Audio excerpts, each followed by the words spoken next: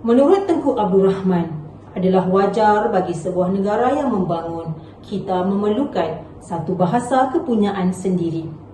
Jika bahasa kebangsaan tidak diadakan, negara ketiadaan nyawa. Assalamualaikum warahmatullahi wabarakatuh. Saya Siti Aziana binti Zulkifli daripada Jemaah Nazir Kementerian Pendidikan Malaysia Putrajaya dengan tajuk Bahasa Jiwa Bangsa.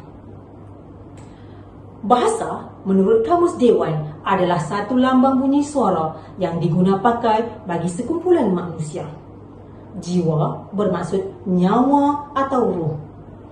Manakala bangsa bermaksud suatu kelompok manusia dalam satu ikatan ketatanegaraan. Konsep bangsa dan bahasa secara totalnya di sini merujuk kepada bangsa Malaysia dan bahasa kebangsaan bahasa Melayu. Hadirin sekalian, dalam perkara 152 Perlembagaan Persekutuan meletakkan bahasa Melayu sebagai bahasa kebangsaan. Tidak setakat itu, Seksyen 2 Akta Bahasa Kebangsaan 1963-67 mewajibkan penggunaan bahasa Melayu dalam semua urusan rasmi kerajaan.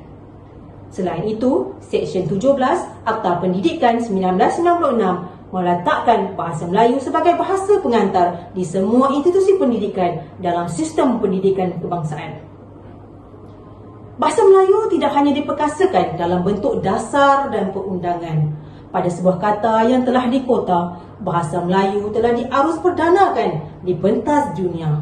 Buktinya, 23 September 2022, New York, Amerika Syarikat, buat pertama kalinya sejak penubuhan Malaysia, Perdana Menteri telah menyampaikan ucapan di Perhimpunan Agung kali ke-77 Pertubuhan Bangsa-Bangsa Bersatu dalam bahasa Melayu.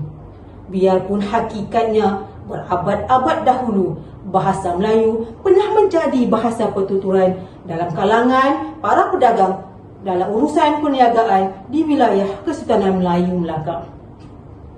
Hadirin sekalian, pemetaban bahasa Melayu tidak lain dan tidak bukan bertujuan membolehkan rakyat Malaysia menguasai bahasa Melayu dengan pada tahap yang lebih baik, sehingga membolehkan bahasa Melayu digunakan pada bidang yang bersesuaian dengan tujuan yang bersesuaian. Bahasa Melayu bukan hanya sekadar bahasa kebangsaan. Bahasa Melayu juga merupakan bahasa ilmu, bahasa kemahiran, alat perhubungan dan juga merupakan alat perpaduan. Jika kita lihat pada konsep perpaduan, ianya masih menjadi agenda utama dalam Malaysia Madani. Rakyat Malaysia yang terdiri daripada pelbagai kaum bersatu padu, biarpun berbeza agama, adat resam dan budaya. Bahasa Melayu telah menjadi pembangkit pembentukan keluarga Malaysia yang ditunjangi dengan nilai keterangkuman, kebersamaan dan kesyukuran. Hadirin sekalian, ketika ada dalam kalangan kita yang mencebur diri dalam bahasa antarabangsa, ketika ada dalam kalangan kita mendahulukan bahasa antarabangsa berbanding bahasa rasmi, usahlah kita rasa lelah mencintai dan menggunakan bahasa Melayu. Jadikanlah bahasa Melayu berdiri sama tinggi, duduk sama rendah dengan bahasa antarabangsa.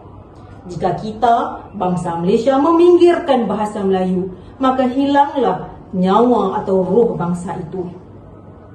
Sebagai individu, usaha boleh dilakukan dengan menggunakan bahasa Melayu dengan baik dan betul sesuai dengan tarafnya.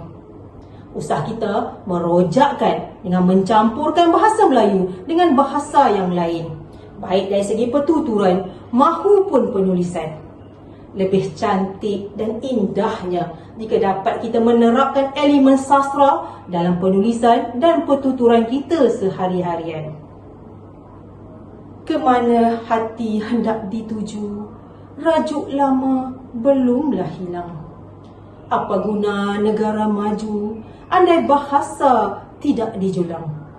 Akhir kata dari saya, untuk menjadi bangsa yang bersatu dan dihormati, bahasa perlu dijulang.